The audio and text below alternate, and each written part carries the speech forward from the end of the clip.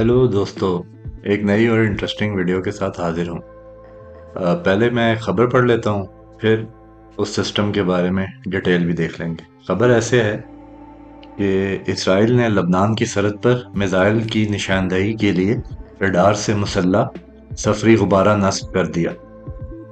Israel ने लबनान की सरहद पर मिसाइल की निशानदेही के लिए रडार से मुसल्लह सफरी गुब्बारा नस्ब कर दिया है। रोजनामा हर्ट्स के मुताबिक, जो इसराइल का डेली है न्यूज़पेपर के मुताबिक, इसराइली फौज ने मुल्क के शिमाली सरहद पर मिसाइल और तैयारों की निशानदेही वार्निंग सिस्टम स्काई ड्यू को 1.5 साल के वक्फे के बाद दोबारा फाल कर दिया है। रोजनामा दी टाइम्स ऑफ इसराइल के मुताबिक, इसराइल के शिमाल और लबनान के जनूब के रिहायशियों ने इलाके में मिसाइल निशानदेही सिस्टम की तनसीब की इतला दी है। इसराइल के सरकारी टेलीविजन कान के मुताबिक, अमेरिका से मंगवाए गए स्पेयर पार्ट्स के साथ कल से सिस्टम को फाल कर दिया गया है। 2 जनवरी को लबनान के दारुल हुकूमत बैरूत में हमास सियासी ब्यूरो के सरबराह सालेह अल आरावी को उनके 6 साथियों के हमराह कत्ल किए जाने के बाद इसराइल का मुल्क के शिमाल में मज़कूरा सिस्टम को फाल करना तवज्जो का मरकज़ बना है। वाज़ेह रहे कि हिज़्बुल्लाह ने अल आरवी रवी के कत्ल के खिलाफ रद्दअमल के तौर पर कल इसराइली फौज की सरहद पर सर्दी बेस पर 60 से ज़ायद मिसाइल रॉकेट फायर करने का ऐलान किया था। वाज़ेह रहे कि इसराइल और हिज़्बुल्लाह के दरमियान 8 अक्टूबर से झड़पें जारी हैं। झड़पों में हिज़्बुल्लाह के 152 एहलकार, 28 लबनानी शहरी, 5 इसराइली शहरी और 9 इसराइली फौजी हलाक हो चुके हैं। ये नॉर्दर्न बॉर्डर की बात हो रही है इसराइल के। अब आ जाए हम इस सिस्टम की तरफ कि ये सिस्टम क्या है। इसको नाम दिया गया है स्काई ड्यू का। और रडार के प्रिंसिपल को पहले समझ लेते हैं कि आप जैसे जितने ऊंचे मकाम पे खड़े हों इतना ज़्यादा दूर देख सकते हैं। इसी तरह जो ज़्यादा रेंज वाले रडार होते हैं उनको भी ऊंची जगह पे लगाया जाता है, जैसे किसी पहाड़ी पे। तो लेकिन उन रडारों का मसला ये होता था कि जब आप बहुत ऊंची पहाड़ी पे लगाते थे तो वो नीचे वाला एरिया जो वैलीज होती थी वो ब्लाइंड एरिया हो जाता था। लेकिन अब ऐसे रडार बन गए हैं कि जिससे रडार नीचे की साइड पे वैली में भी देख सकता है। जिस तरह पाकिस्तान के पास TPS 43G और TPS 77 अमेरिकन जो रडार हैं, उन दोनों में वैली कवरेज है। चाइनीज़ रडार्स में अभी तक मैंने वैली कवरेज नहीं सुनी। बहरहाल, वो जो पुराने ये वाले रडार हैं जिनकी मैं बात कर रहा हूँ, इनमें मसला ये था कि ये अगर आपने UAV किसी ड्रोन को देखना हो तो उसका रडार क्रॉस सेक्शन इतना छोटा होता है कि उसको देखना पुराने रडारों से मुश्किल है। इसी तरह कोई क्रूज मिसाइल भी ड्रोन्स की तरह साइज में किसी फाइटर जेट की निस्बत बहुत छोटा होता है, तो इनको देखना पुराने रडारों के लिए मुश्किल है। तो इसलिए जहाँ तक एवॉक्स का मामला है वो बेहतर तरीके से देख सकते हैं, उस पर भी हम बात करते हैं। तो इसमें भी आप ये कर रहे हैं कि गुब्बारे के जरिए ऊंचा लेके जा रहे हैं ऑब्जर्वर को, ताकि वो नीचे की तरफ का इलाका देख सके, और बहुत ऊंचा इसमें लेके जाते हैं। मैं आगे बताता हूँ किस तरह से। ये इसराइल को मार्च 2022 में डिलीवर हुए थे और इनका काम यही है, अनमैन्ड एयरक्राफ्ट यानी कि ड्रोन्स को और क्रूज मिसाइल को डिटेक्ट करना, खासतौर पे ईरान और शाम की तरफ से, जो कि छोटे होते हैं इसलिए उनको देखना मुश्किल होता है। ये सिस्टम कोई इजरायली एयरफोर्स के लिए नया नहीं है। वो पिछले 30 साल से इससे छोटे बैलून्स इस्तेमाल कर रहे हैं अपने साउथ के इलाके में, जो मिस्र के साथ उनका बॉर्डर है। हालांकि मिस्र के साथ उनका अमन मुआहदा हो चुका है, कैंप डेविड एकॉर्ड हुआ था 1976 में मेरा ख्याल है, तो जो अमेरिका ने कराया था इजिप्ट और इसराइल के दरमियान। तो उसके तहत उन्होंने को कोई खतरा तो नहीं है, लेकिन फिर भी उन्होंने किसी सरप्राइज से बचने के लिए उस साइड पे भी ये लगाए हुए हैं। और ये इजरायली एयरक्राफ्ट इंडस्ट्रीज और एल्टा सिस्टम्स, जो इसराइल की कंपनी है, ये बनाती हैं, जो रडार्स में स्पेशलाइज हैं। और कुछ सोर्सेज के मुताबिक इंडिया ने भी ये बैलून्स जो हैं वो खरीदे हुए हैं। میں جہاں تک آبزرویشن بیلونز کی بات ہے، اس کی تاریخ بہت پرانی ہے۔ 1794 میں بیٹل آف فلیروس بیلجیم میں تھی، جس میں ریڈارز نہیں تھے، ظاہرہ کیمراز بھی نہیں تھے۔ تو جو فرانسیسی تھے انہوں نے بندوں کو بیلونز کے اندر بٹھا کے تاکہ وہ دور تک دیکھ سکیں، اور اس کی وجہ سے وہ ایک جو جس وجہ سے جنگ جیتے اس میں ایک وجہ یہ بھی تھی۔ لیکن بعد میں کسی وجہ سے نپولین نے یہ فرانس کی جو بیلونز والی کور تھی اس کو ڈسبینڈ کر دیا۔ اب ماڈرن زمانے کے حساب سے آئیں تو 1950 کی دہائی سے امریکہ جو ہے وہ ایواکس جو ہے وہ استعمال کر رہا ہے۔ ظاہر ہے اس میں پرانے E-2C ہاک آئی ہیں جو پنکھے والے جہاز ہوتے ہیں جو امریکہ کے ایئرکرافٹ کیریئر سے بھی اڑتے ہیں، وہ ہیں سب سے پرانے۔ اور اسرائیل، اچھا اس کا پھر ایک نیا ورژن بھی ہے جس کا نام E3 ہے، نک نیم میرے ذہن میں نہیں آ رہا۔ E3 مطلب وہ E-2C ہاک آئی تھا، لیکن E-2D ہے، اس ٹائم سارے ڈی ورژن پہ اپ گریڈ ہو چکے ہیں۔ اور یہ جو E3 تھا اس کے بعد یہ جیٹ جہاز پہ تھا، ریڈار لگا ہوا، اور یہ ریڈار اس والے سے مختلف بھی تھا، ایڈوانس تھا۔ تو لیکن یہ کہ اس کی جو ہے نا کاسٹ، آپریٹنگ کاسٹ جو ہے کافی زیادہ ہے، میں آگے جا کے بتاؤں گا بھی۔ تو آپریٹنگ کاسٹ کی وجہ سے اسرائیل نے نہیں خریدا، لیکن اس نے وہ جو پرانا والا E-2C ہاک آئی تھا پنکھوں والا وہ لے لیا۔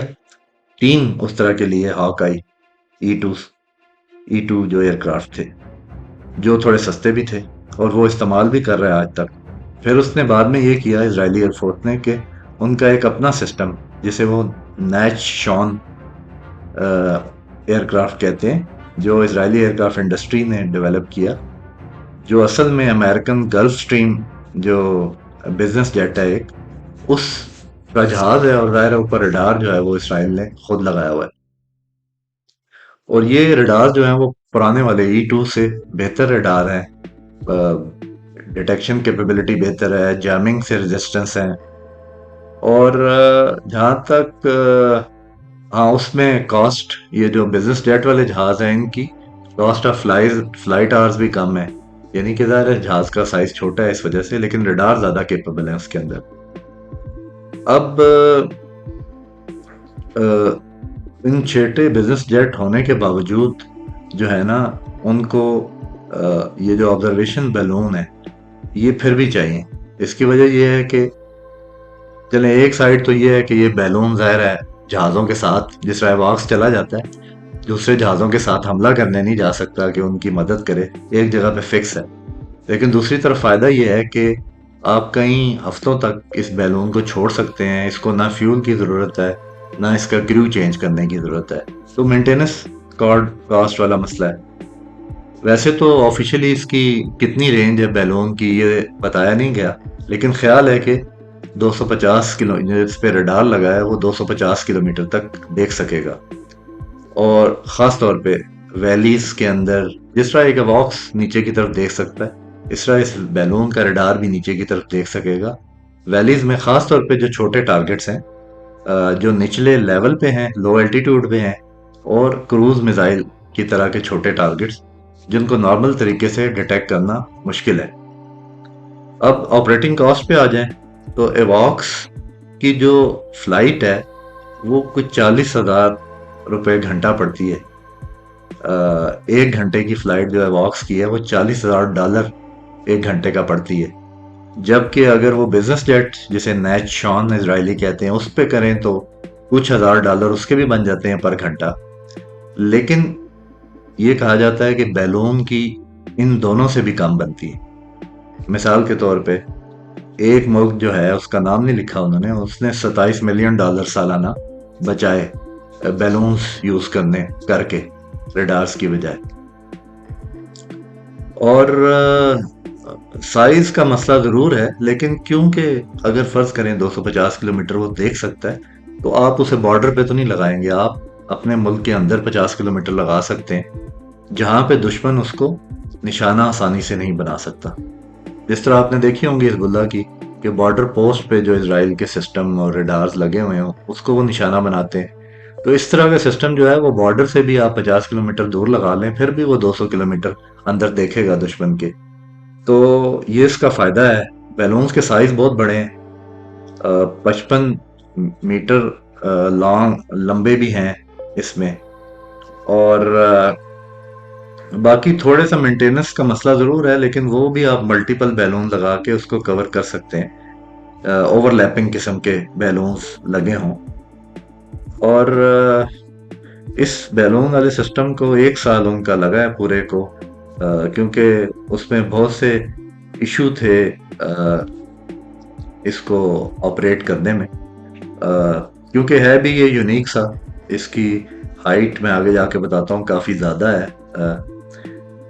जो आयरन डोम सिस्टम जो है, एंटी मिसाइल सिस्टम हो गया, या बाकी जो रेडार्स हैं, वो यूएवीज देख तो सकते हैं, लेकिन ये कि उनकी तरफ से फॉल्स अलार्म उन रेडार्स में फिर भी एक्यूरेसी इतनी नहीं है कि यूएवीज बाद औक़ात निकल भी जाती हैं बीच में से उसमें से। दूसरा ये कि फॉल्स अलार्म भी काफ़ी आते हैं उसमें। और इनकी उम्मीद है कि स्काई ड्यू सिस्टम से ना इस तरह के मसलों का हल हो जाएगा। अगर इस बात पे आए कि डिटेल्स में, तो ये प्रोजेक्ट जो है वो इजरायली मिनिस्ट्री ऑफ डिफेंस का है और अमेरिका की मिसाइल डिफेंस एजेंसी का है, एमडीए जिसे कहते हैं अमेरिका में। अच्छा, ये जो कंपनी इसमें जिसने गुब्बारा ये वाला बनाया है, उसका नाम टी कॉम है और इसका 40 साल का तजुर्बा है इस काम में। और इसराइल ने इस पे बाकी रडार्स और सेंसर लगाए।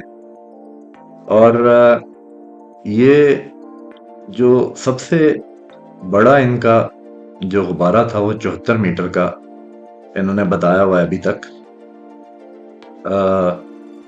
जो कि 3175 केजी का पेलोड उठा सकता है और 10,000 तक फीट तक जा सकता है। वैसे एक और जगह मैंने 15,000 फीट भी पढ़ा है।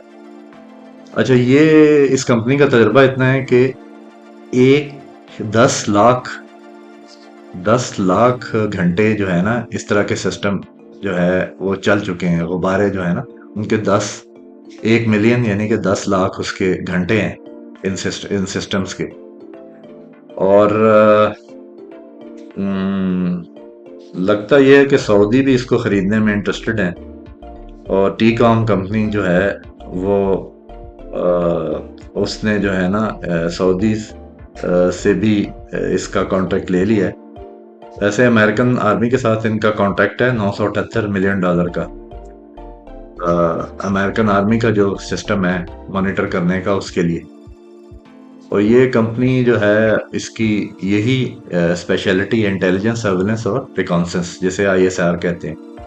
जिस तरह मैंने पहले बताया 40 साल का इनका तजर्बा है और इसी काम में है, बैलून्स वाले काम में। और ये वाले सिस्टम यूज़ हुए हैं जंग में भी, इराक और अफगानिस्तान की जंग में भी यूज़ हुए हैं। तो इस सिस्टम के एक और नाम भी इस सिस्टम को दिया गया है। पहले तो मैंने आपको बताया स्काई ड्यू, इसको टैल, शायद इजरायली जुबान में टैल शमीम भी कहते हैं। और इसको कहते हैं high availability aerostat system, HSSAS, high availability aerostat system. तो ये है इस सिस्टम के मुतालिक जो कुछ मैं मालूम कर सका। आइंदा किसी और इंटरेस्टिंग वीडियो के साथ हाजिर हूँगा। Take care, bye.